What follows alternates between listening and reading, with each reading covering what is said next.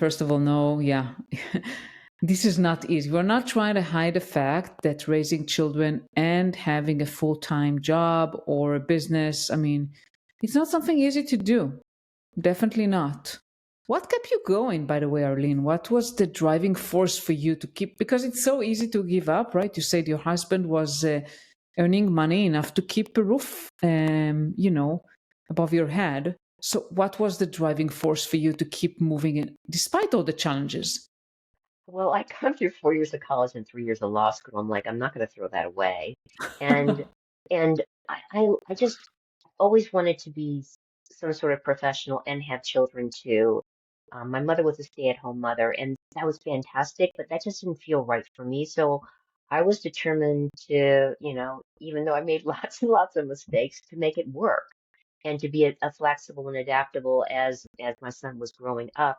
It just I felt like, also I was being a role model for him, that we can wear different kinds of hats and I don't know, I got the entrepreneurial spirit from my father. He ran his own business and really inspired me.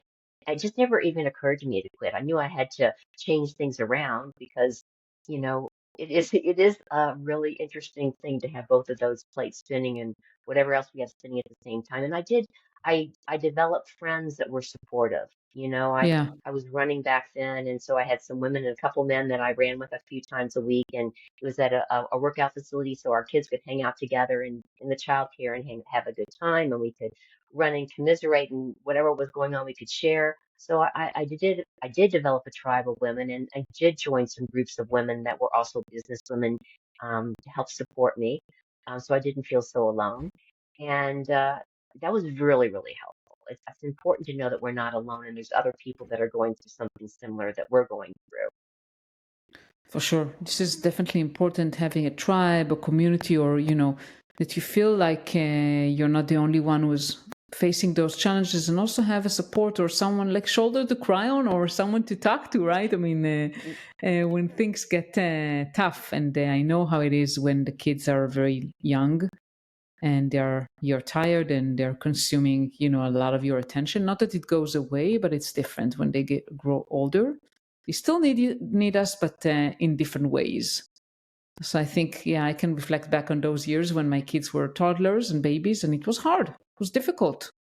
And I had a job, I had to commute every day. Like I couldn't, like, you talk about it, but adaptability and flexibility, which I think today exists more in the workplace, but back then wasn't much flexibility. I mean, I had to go to the office every day, and I had to find help, like obviously my husband, but also caregivers, hire help, whatever it takes to kind of keep my job, and not just keep it, but grow.